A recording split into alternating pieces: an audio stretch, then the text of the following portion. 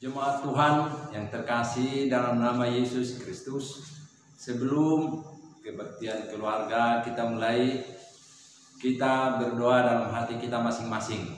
Berdoa dimulai.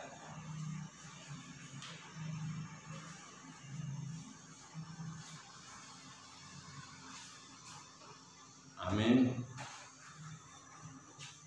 Kita bernyanyi.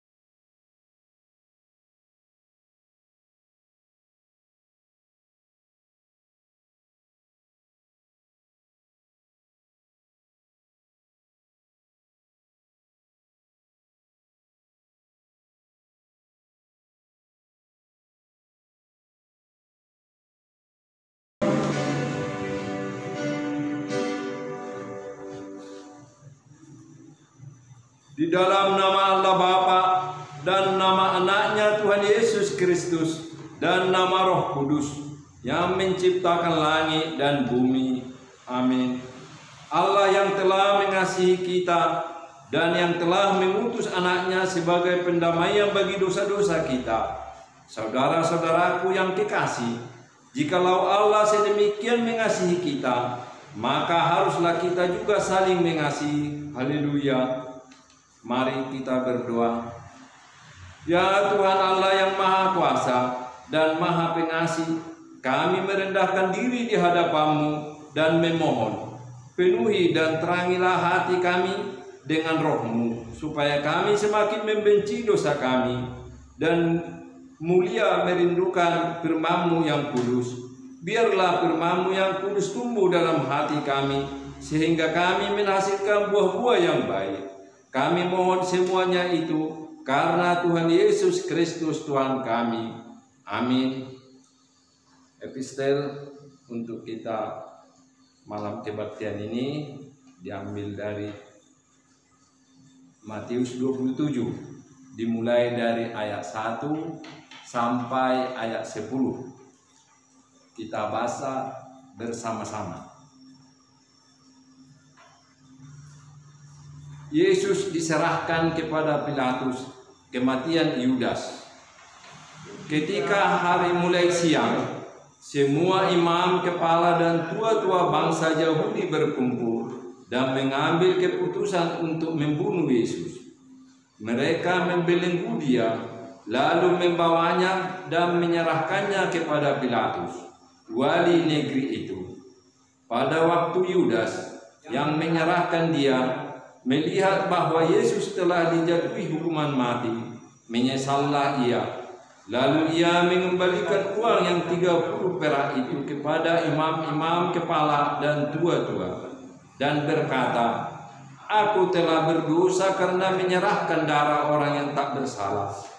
Tetapi jawab mereka, "Apa urusan kami dengan itu? Itu urusanmu sendiri." Maka ia pun melemparkan uang perak itu ke dalam bait suci, lalu pergi dari situ dan menggantung diri. Imam-imam kepala mengambil uang perak itu dan berkata, "Tidak diperbolehkan memasukkan uang ini ke dalam peti persembahan, sebab ini uang darah." Sesudah berunding mereka membeli dengan uang itu tanah yang disebut tanah tukang periuk untuk dijadikan tempat pekuburan orang asing. Itulah sebabnya tanah itu sampai pada hari ini disebut tanah darah. Dengan demikian genaplah firman yang disampaikan oleh Nabi Yeremia. Mereka menerima 30 uang perak. yaitu harga yang ditetapkan untuk seorang menurut penilaian yang berlaku di antara orang Israel. Dan mereka memberikan uang itu untuk tanah tukang periuk, seperti yang dipesankan Tuhan kepadaku. Demikian bunyinya. Berbahagialah orang yang mendengar firman Allah serta yang memeliharanya. Amin. Kita bernyanyi.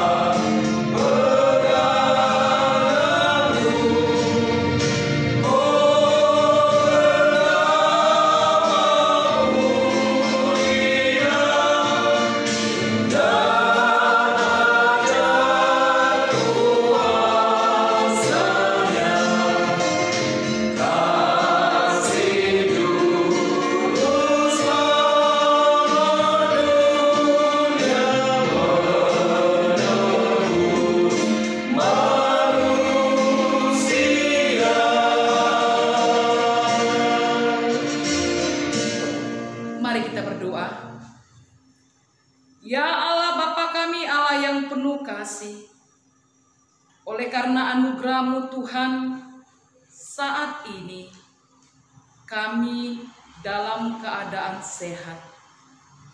Oleh karena anugerah-Mu Tuhan, Engkau senantiasa melindungi dan mencukupkan apa yang kami perlu. Kami bersyukur buat semua kebaikan-Mu itu. Saat ini Tuhan, kami mau mendengarkan firman.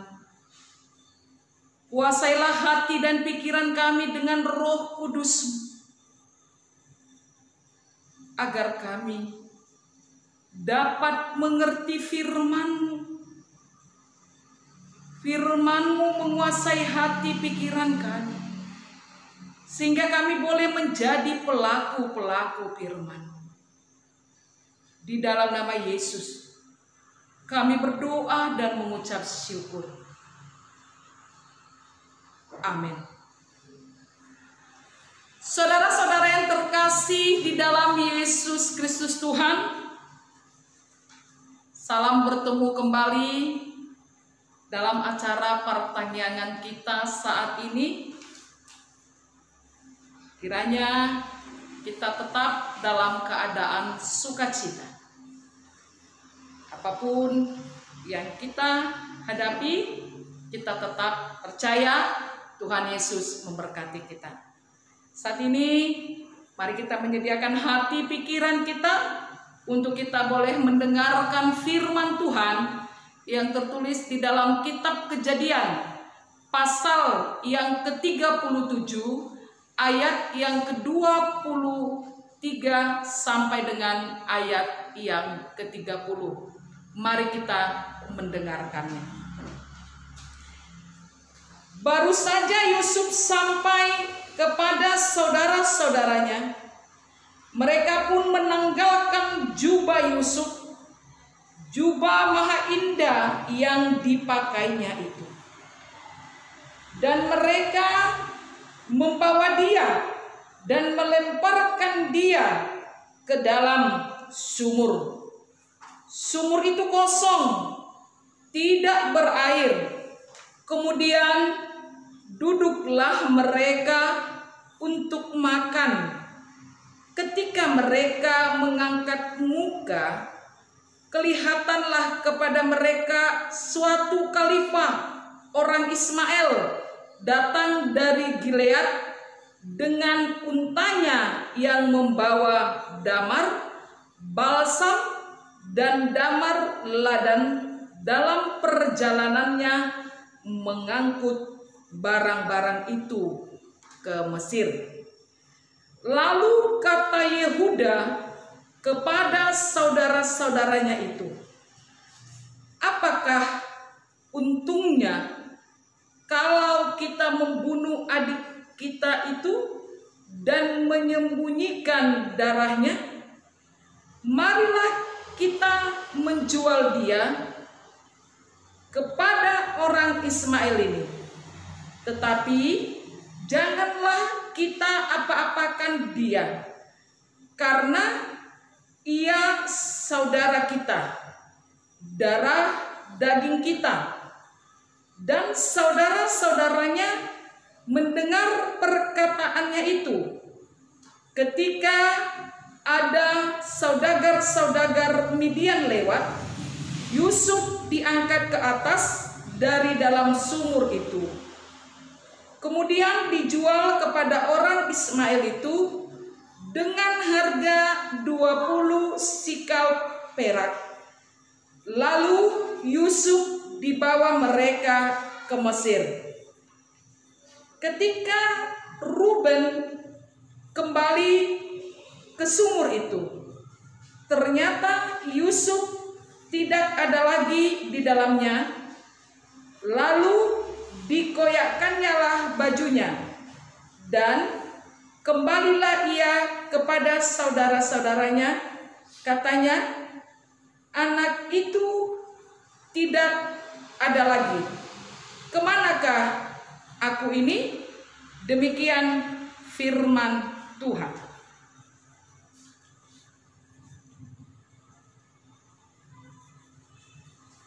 Saudara-saudara yang terkasih di dalam Yesus Kristus Tuhan, cerita tentang Yakub dan keturunannya adalah cerita yang begitu banyak diceritakan di dalam Alkitab ini, mulai dari kisahnya bagaimana dia menipu saudaranya Yakub, dan bagaimana kisah percintaannya juga, dan bagaimana dia memimpin anak-anaknya. Saudara yang terkasih, luar biasa kalau kita mau menyimak tentang perjalanan kehidupan daripada keluarga Yakub ini, sampai ketika dia memenangkan peperangan bersama dengan malaikat Tuhan, dan dia akhirnya dipanggil menjadi Israel. Saudara yang terkasih di dalam Yesus Kristus Tuhan, seperti yang kita ketahui bahwa Yakub memiliki istri yang sangat dia cintai, yang dia perjuangkan bertahun-tahun, yaitu Rahel. Dari istri yang dia cintai inilah lahir seorang anak yang bernama Yusuf. Jadi kalau kita baca dari kisah Alkitab, mengapa Yakub begitu menyayangi Yusuf? Itu tidak lain karena begitu cintanya dia kepada Rahel, yang luar biasa. Bagaimana pengorbanannya untuk dia bisa mendapatkan Rahel. Sikap Yusuf yang luar biasa juga, itu luar biasa ketaatannya kepada Yakub, sehingga menambah rasa cinta Yakub terhadap Yusuf. Saudara yang terkasih dalam Yesus Kristus Tuhan, kita melihat bagaimana Yakub memperlakukan keistimewaan, yaitu Yusuf. Sebenarnya Yusuf tidak meminta itu. Sangat berbeda dengan saudara-saudaranya yang lain, yang adalah anak daripada Lea dan dari anak-anak dari hamba-hambanya. Dia tidak meminta untuk diperlakukan istimewa, tetapi Yakublah memperlakukan Yusuf dengan istimewa. Sehingga dengan demikian saudara-saudaranya sangat membenci. Kalau kita pikir itu tidak ada dasar kebencian, karena itu tidak dilakukan oleh Yusuf. Yusuf bukanlah pelaku itu, tetapi oleh karena rasa cinta kasih orang tuanya yang begitu mendalam, sehingga saudara-saudaranya sangat membenci dia. Apalagi ketika mereka mendengar sebuah mimpi yang diceritakan oleh Yusuf, makin bencilah saudara-saudaranya kepada Yusuf. Saudara yang terkasih dalam Yesus Kristus Tuhan, saat itu dalam kehidupan kekeluargaannya, kalau kita lihat mereka adalah saudara sedaging, sudah sewajarnya mereka harus saling mengasihi. Sudah sewajarnya lah mereka harus saling menopang, bukan saling membenci satu dengan yang lain. Sekalipun mereka tidak satu ibu, itu tidak menjadi satu alasan. Tapi mereka adalah saudara, sedaging. Saudara yang terkasih, rasa benci mereka terhadap adiknya Yusuf itu membuat mereka merencanakan, yaitu hal yang bisa membuat Yusuf terluka juga. Bahkan saat ini dikatakan dia sudah sempat dimasukkan ke sumur, dan lalu rencana itu kembali berubah dan dia dijual. Saudara yang terkasih dalam Yesus Kristus Tuhan, dalam kehidupan kita terkadang ini juga sering kita hadapi, seperti yang dialami oleh Yusuf. Dia tidak melakukan sesuatu yang salah, dia tidak melakukan sesuatu yang mengganggu yang lain, tetapi saudaranya membenci. Saudaranya membenci dia. Luar biasa, bukan? Tidak melakukan sesuatu yang salah, tetapi saudara sendiri bisa membenci. Hal ini juga kita bisa lihat pada masa saat ini. Banyak sekali yang sudah bersaudara juga, yaitu saling membenci, saling menjatuhkan, yang seharusnya adalah saling menopang dan saling mengasihi satu dengan yang lain. Saudara yang terkasih dalam Yesus Kristus Tuhan,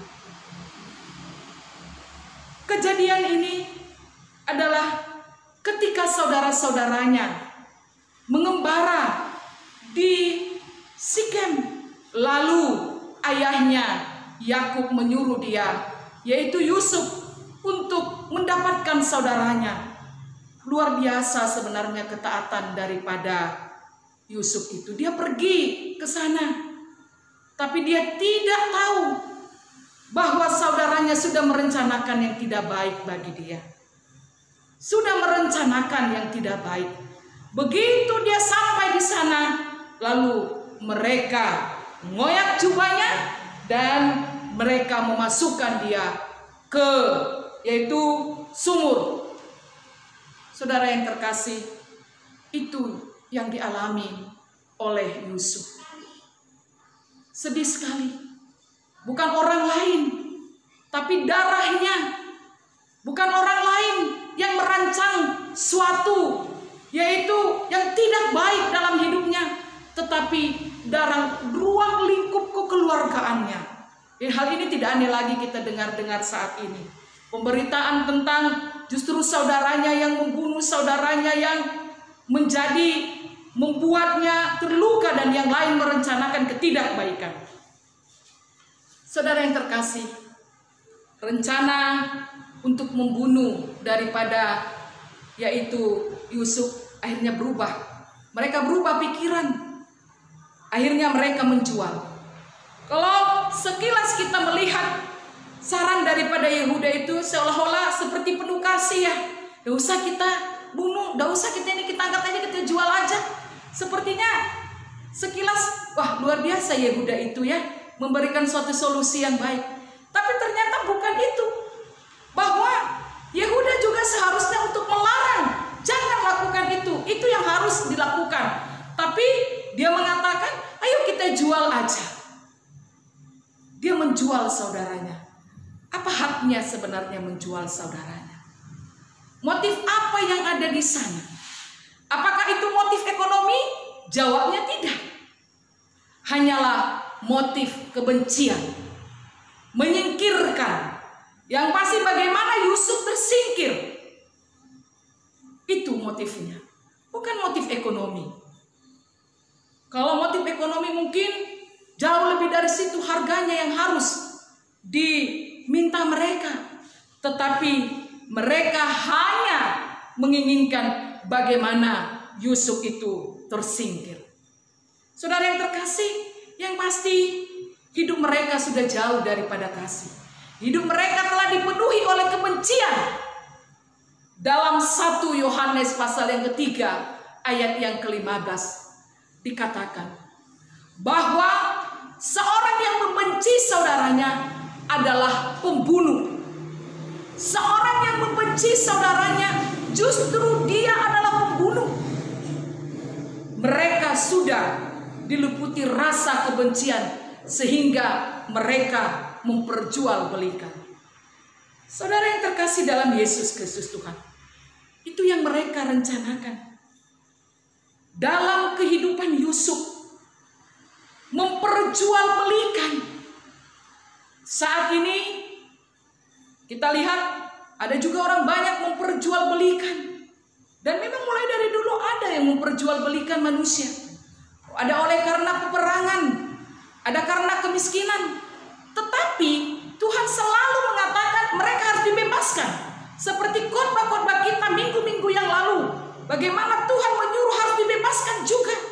Walaupun mereka menyuruh menjualkan diri mereka sebagai hamba, Tuhan selalu menginginkan suatu kemerdekaan bagi setiap manusia itu sendiri. Itu yang tidak ada hak manusia itu sendiri untuk melenyapkan kemerdekaan orang lain. Karena manusia itu adalah milik Allah. Jadi kalau ada orang yang memperjualbelikan baik secara fisik, baik mungkin pembunuhan secara karakter dan yang lain, seolah-olah manusia itu seperti barang, komoditi. Saya pikir ini adalah luar biasa, suatu kejahatan yang sangat biadab. Karena manusia itu adalah ciptaan Allah, gambar Allah. Sehingga yang berhak atas kehidupan manusia itu sendiri tidak lain tidak bukan adalah Allah sendiri. Karena dialah pemilik manusia. Kalau demikian, kalau ada saat ini orang yang masih melakukan tindak-tindak kejahatan, mereka sedang berlawanan, sedang menentang Allah. Bukan mereka berhadapan dengan manusia itu saja, tetapi mereka sedang berhadapan melawan Allah. Saudara yang terkasih dalam Yesus Kristus Tuhan, ketika itu dialami oleh Yusuf, irilah menjadi dasar semuanya. Sehingga dengan iri timbul kebencian. Dari kebencian itu timbullah rencana-rencana melenyapkan dan rencana-rencana yang jahat. Makanya dikatakan dosa yang satu akan melahirkan dosa-dosa yang lain.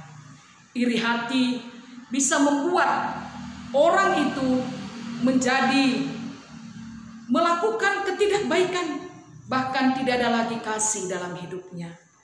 Dia tidak menganggap lagi orang-orang sedarah atau saudara-saudaranya adalah orang yang harus dihormati dan dikasihi. Ini yang sering terjadi ketika iri hati, kebencian ada dalam kehidupan seseorang. Sering terjadi merencanakan hal-hal yang tidak baik.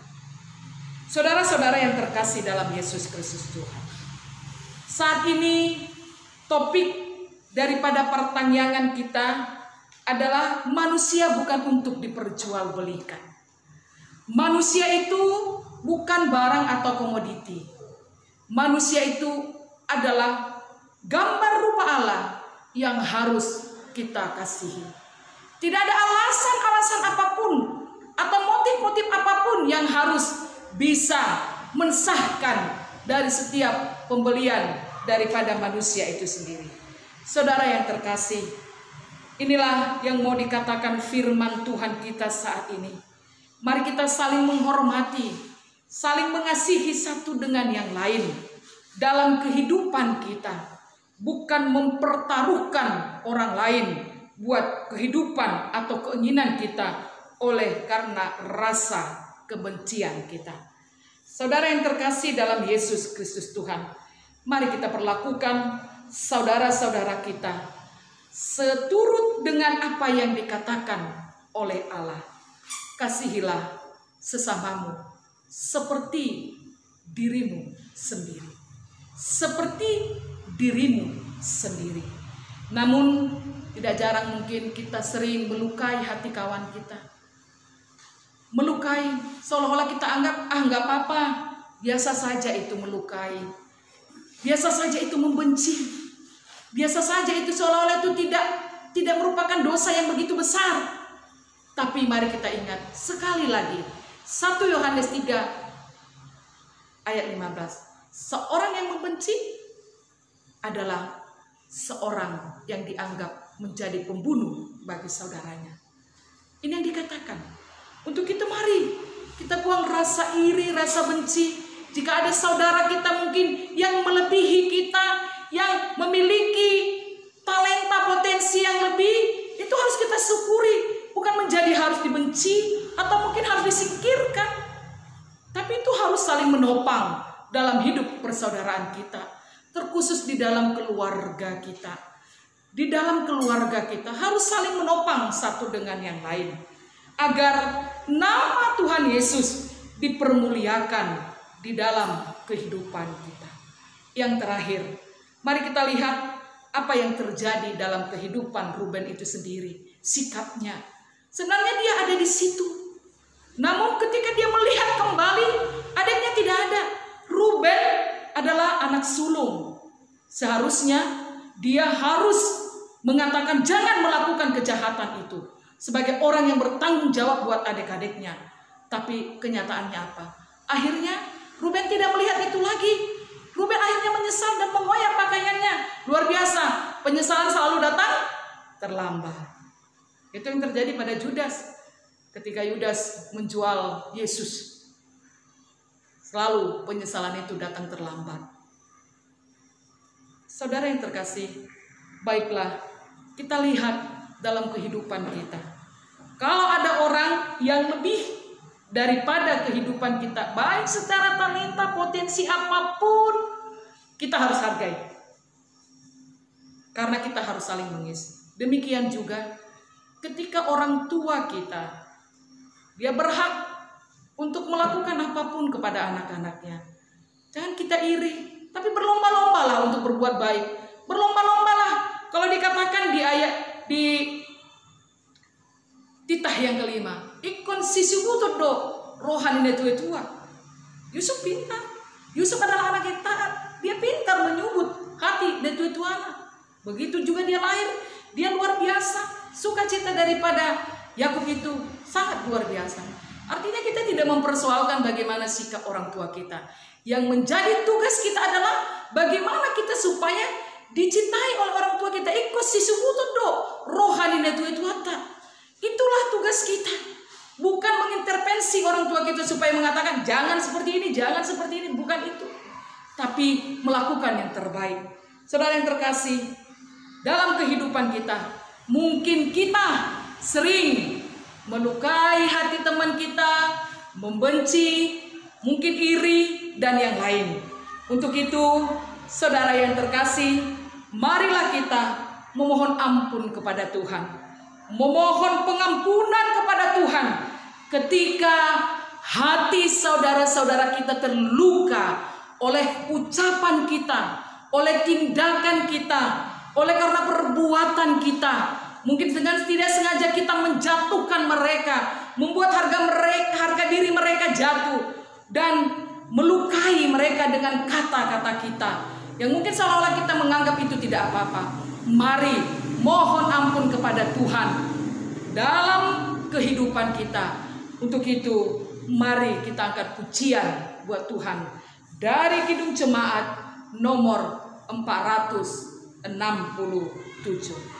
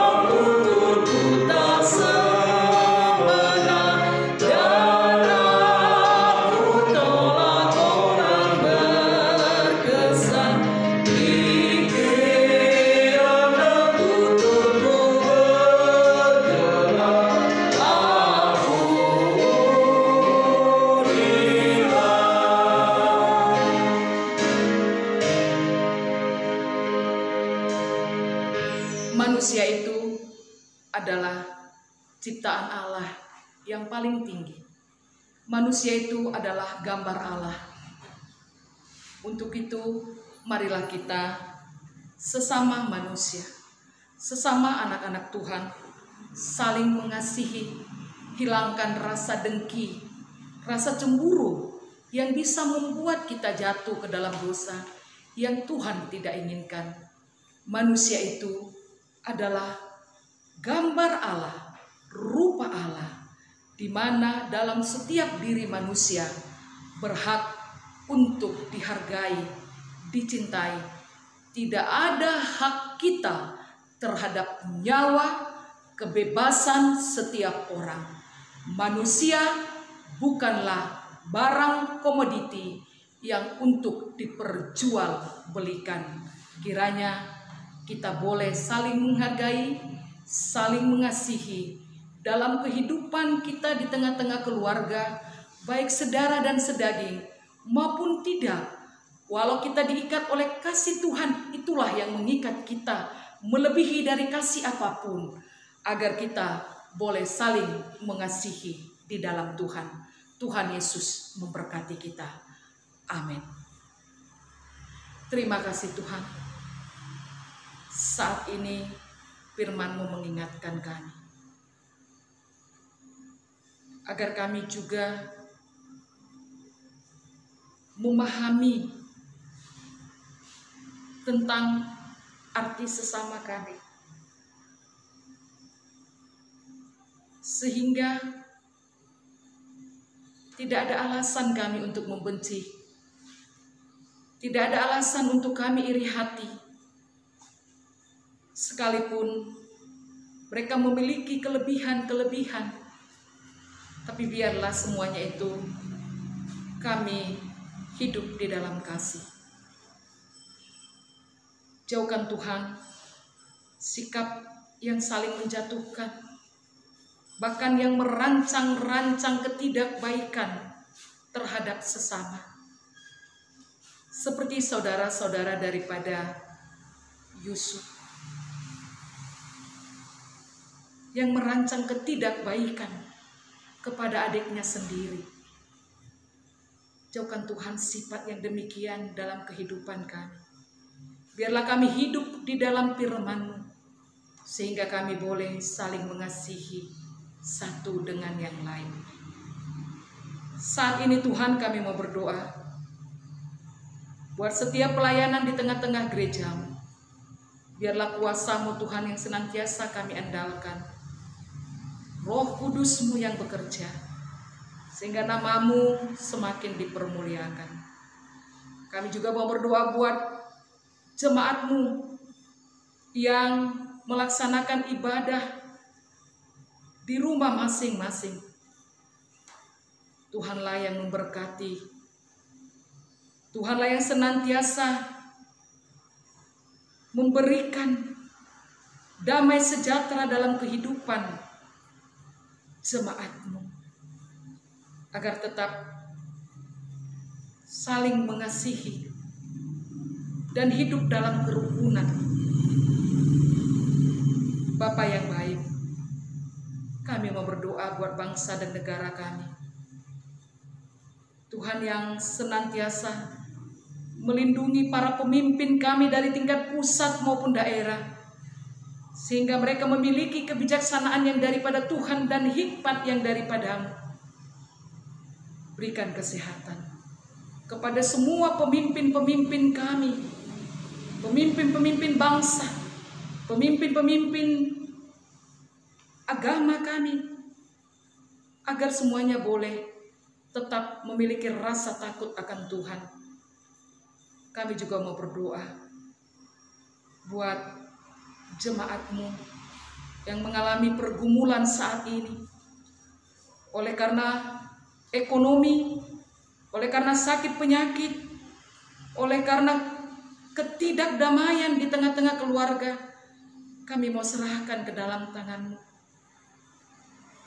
Hanya kepada-Mu lah Tuhan kami memohon, dan hanya pada-Mu saja Tuhan ada jalan keluar, agar semuanya Tuhan yang memiliki pergumulan tetap bersandar kepada-Mu.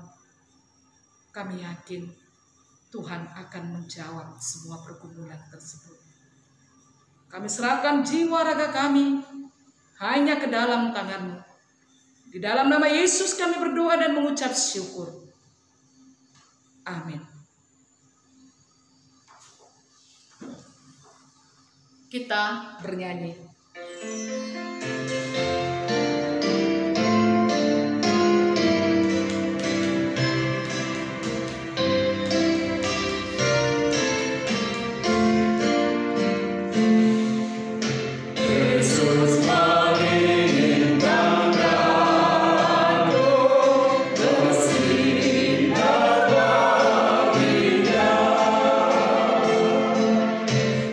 Dimanapun ku berada.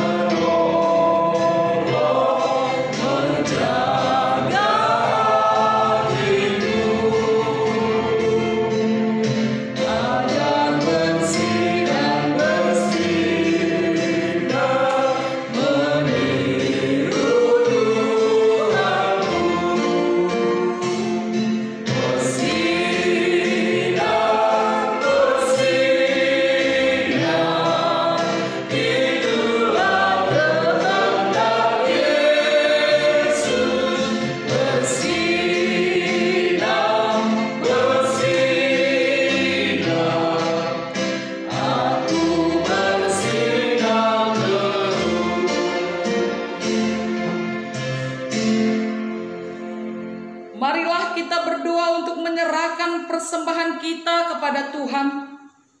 Ya Allah Bapa kami yang di sorga, kami mengaku bahwa Tuhan adalah sumber dari segala karunia yang melimpah dalam kehidupan kami masing-masing. Sebagian daripada karunia itu kami serahkan kembali sebagai persembahan kepada Tuhan. Terimalah dan berkatilah persembahan umat-Mu ini, agar dapat kami pergunakan untuk pekerjaan dan pelayanan kerajaan Tuhan di dunia ini. Bukalah hati kami untuk mengenal betapa banyak berkat dan karunia yang kami peroleh dari Tuhan, supaya kami senantiasa bersyukur kepadamu. Di dalam nama Yesus Kristus Tuhan kami. Amin. Marilah kita sama-sama berdoa dalam doa Bapa kami. Bapa kami yang di sorga, dikuduskanlah namamu. Datanglah kerajaan-Mu. Jadilah kehendak-Mu di bumi seperti di sorga. Berikanlah kami pada hari ini makanan kami yang secukupnya. Dan ampunilah kami akan kesalahan kami, seperti kami juga telah mengampuni orang yang bersalah kepada kami. Dan janganlah membawa kami ke dalam pencobaan, tetapi lepaskanlah kami daripada yang jahat. Karena Engkau yang mempunyai kerajaan dan kekuasaan dan kemuliaan sampai selamanya. Amin. Anugerah dari Tuhan kita Yesus Kristus, kasih setia Allah Bapa, dan persekutuan Roh Kudus, itulah yang menyertai kita semuanya. Amin.